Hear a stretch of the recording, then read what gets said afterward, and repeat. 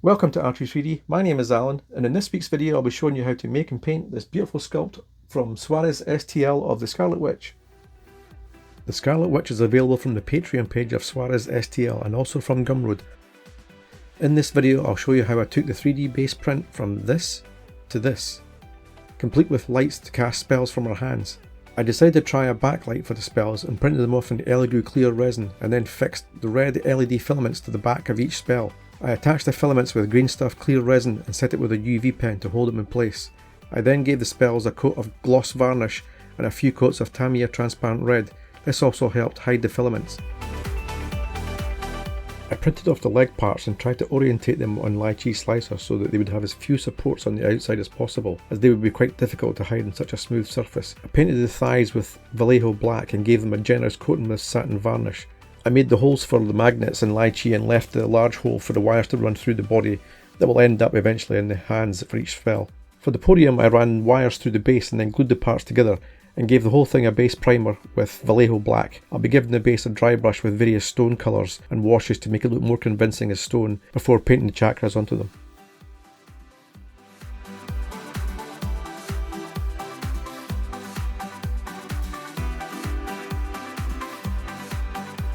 I gave the shadowy areas of the base a spray with contrast paint of Sigor brown to give the stonework a bit of a variation in colour and to darken down the shaded areas a bit. To help give the stone an organic look, I used a sponge and used it to dry brush Army Painter Dungeon Grey over the edges and help to pick out the detailing of the model.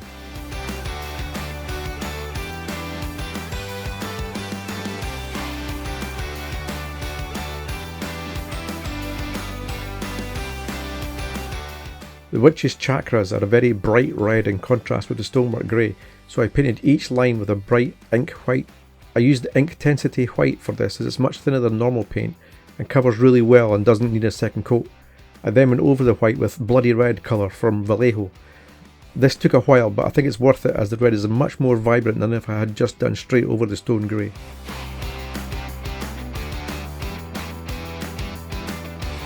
See if you can spot my deliberate mistake on the arms here. This is where I started a mistake that unfortunately I carried through with the rest of the body parts. I forgot to give the body a zenithal highlight, and this will lead to me having to go back and paint over these parts with a brighter red on the arms, legs and torso. I gave the book podium and the rest of the base decoration, which looks like blood tentacles, a dry brush with Army Painter Filthy Cape, which will help simulate a zenithal highlight. Also help the transparent red that goes on top of this.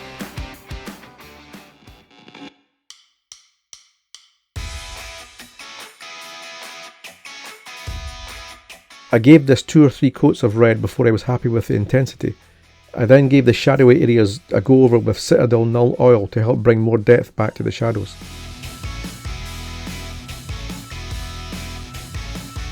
You can really see how it gives much more contrast to the stone effect on the base, and it helped to find the detail much better.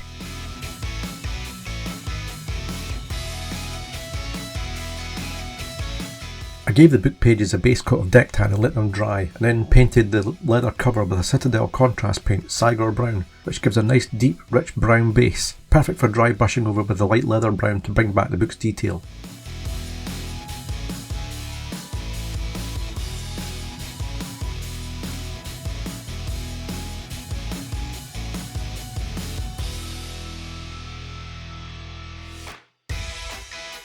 I then went back and finished off the book by giving the pages a wash of Reikland Flesh Shade, which will help settle in the crevices of the page, and then dabbed the excess off with a damp paper towel.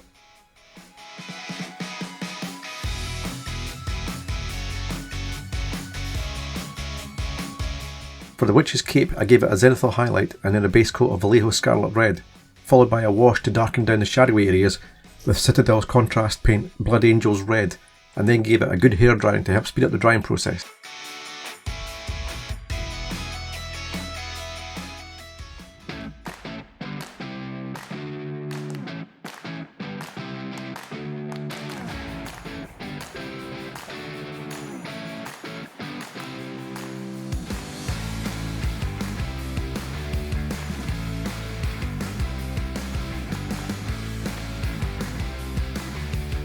For the basis of the skin tones, I started by giving the torso and head a zenithal highlight with ink intensity white ink, which is great for covering over areas and doesn't usually need a second coat. The one problem I found with this model was that there were areas where, from a painting point of view, it would have been nice if there were certain parts separated to enable easier painting. The witch's corset was difficult to get in behind to paint, and the head would have been great if the hair and crown were separated from it as well. But they aren't, so I hope that in future models they are perhaps cut with that in mind. For the underlying skin tones, I started with a Vallejo Warlord purple, and then added a transparent red into the very darkest shadowy areas. You can see here that the cape in front of the face actually prevented me from getting into the neck area, and it would have been nice if that was separated from the model.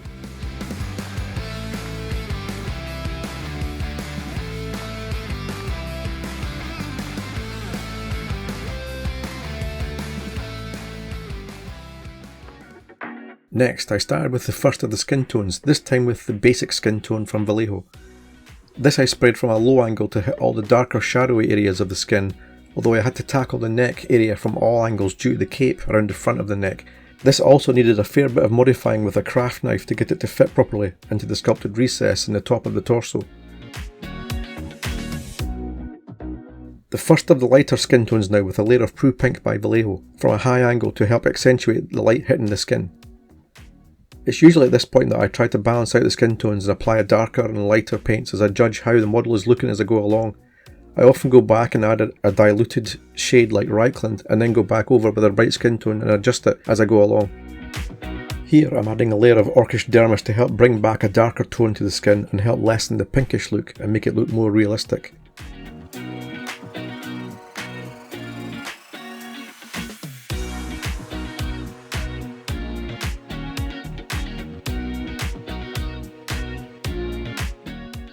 I added a layer of brown rose to further lessen the pinkish nature of what I had going on, and this is where I judge it by eye, and that's where it really comes in over any particular rule over what paint to use next.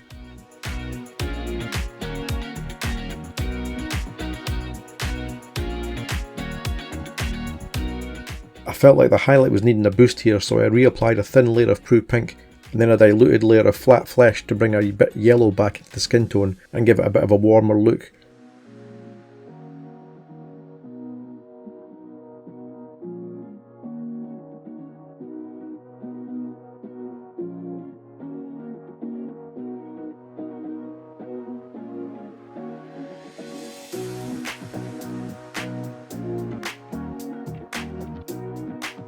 And finally, a much diluted Reichland flesh shade to help bring back the contrast in the skin and help accentuate the shadowy areas.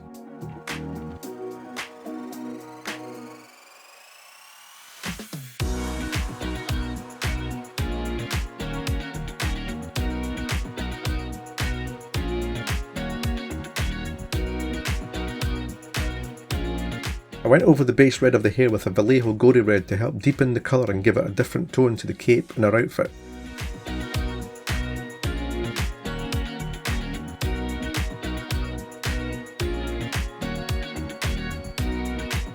I then gave the spellbook letter a base layer of Intensity White to help boost the red that will go on top, so it looks as if it's a brighter paint than if it was painted over a darker brown. It would look dull if it was painted over the brown, and you don't want a dull red for this, as it's supposed to look as if it's lit up from the inside.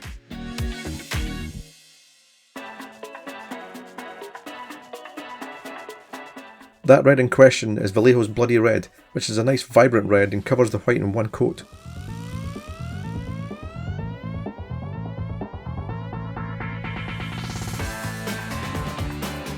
I gave the hair a final wash with Citadel's Contrast Blood Angel's Red to add darkness to the recesses and help bring back detail into the hair.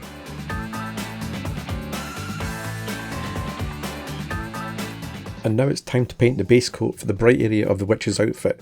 There's a panel V in the front which is much brighter, and for this I decided to paint the area with a base layer of bright chrome which I'll overpaint with transparent red.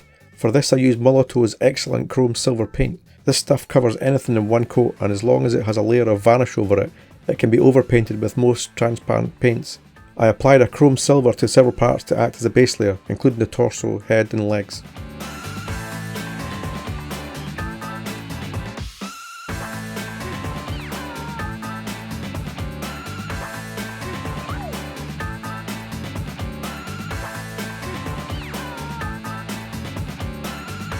I gave all the parts a satin varnish from Vallejo, including the skin, as I wanted it not to look too matte finished.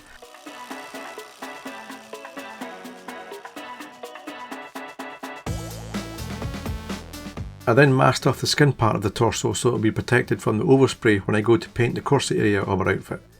This was done using Vallejo liquid mask. When that had dried, I was then able to start spraying the transparent red over the parts, and this is where I messed up by not putting a zenithal highlight over the black first. It's going to come back to bite me, but I'll show you how I overcame this mistake and fixed it later on.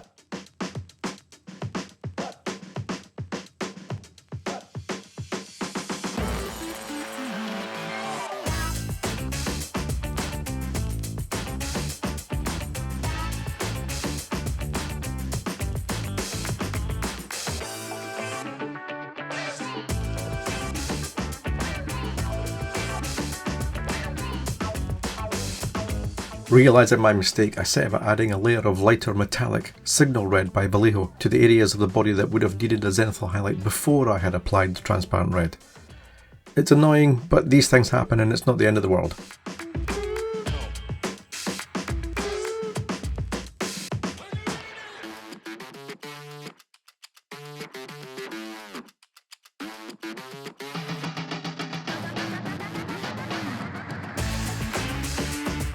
Once I was finished with the metallic red overlay, I went over all the parts with a bright red contrast paint, Vallejo's Blood Angels Red, to bring back the deep red rich that I was looking for.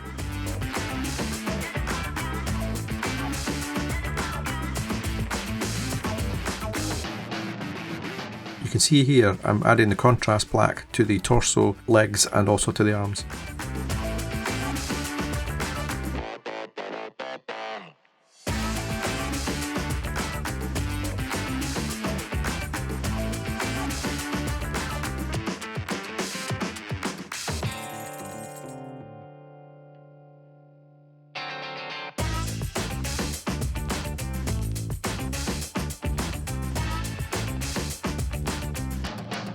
Next I painted the laces and the supporting lace hole areas with Vallejo black, and then I added in the eye holes for the laces with Vallejo steel.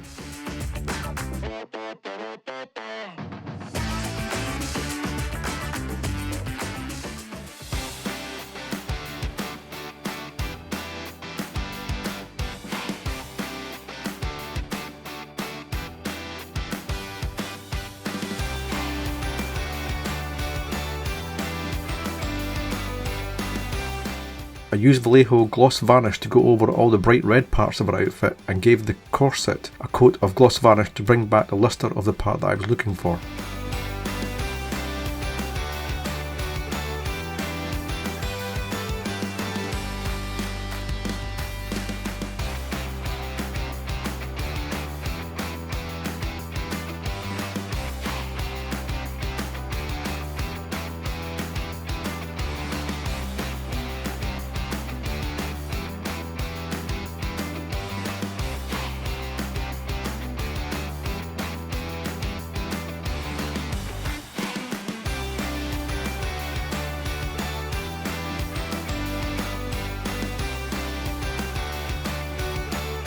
Next up was to paint all the tramlines on our corset and the decorative parts gloss black.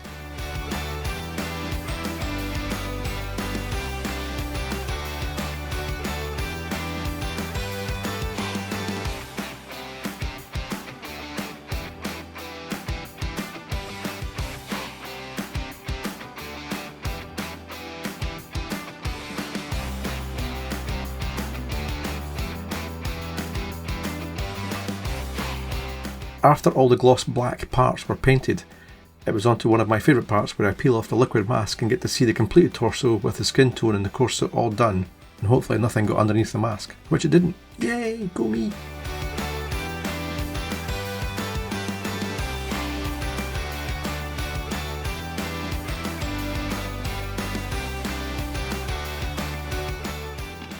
It's onto the home stretch now and the face. I started painting the eyes by filling in the eye areas and lashes with Pro Acryl Coal Black.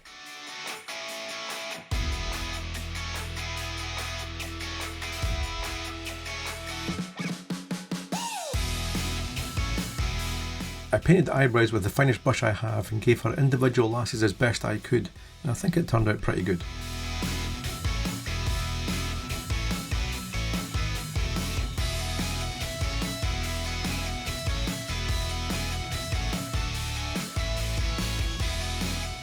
Scarlet has a dark red lipstick colour, and I mixed it with Scarlet Red and a mahogany brown with a dash of water to help it settle into the line of her lips.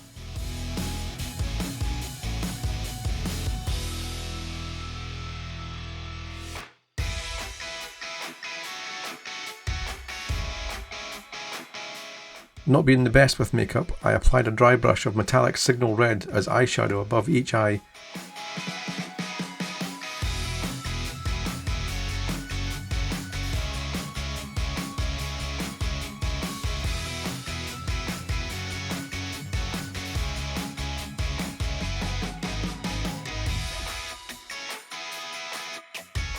And then added some blush in her cheeks with a very dilute solution of Blood Angels Red.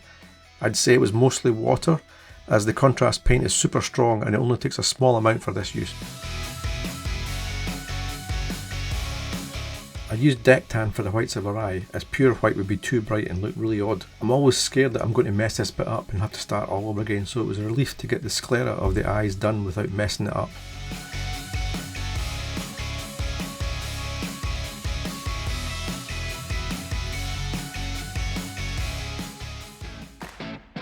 Once that was dry, I coloured in the iris of the eye with Vallejo black green colour, and then added a lighter pale green, also from Vallejo, for the inner part of the iris.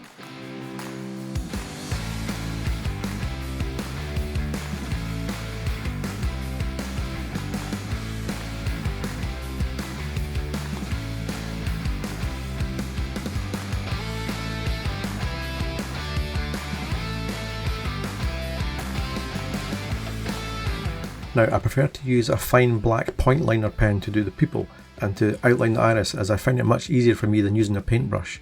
You may have your own way of doing this, and there is no real wrong way to do this if it works for you, really.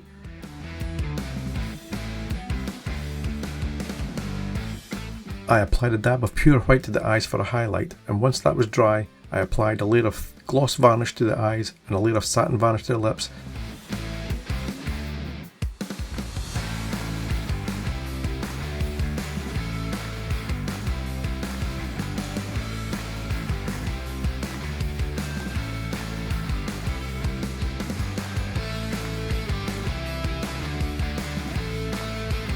The last thing to do was to apply a couple of coats of Tamiya transparent red to Scarlet's crown, and when that was finished, I called her done.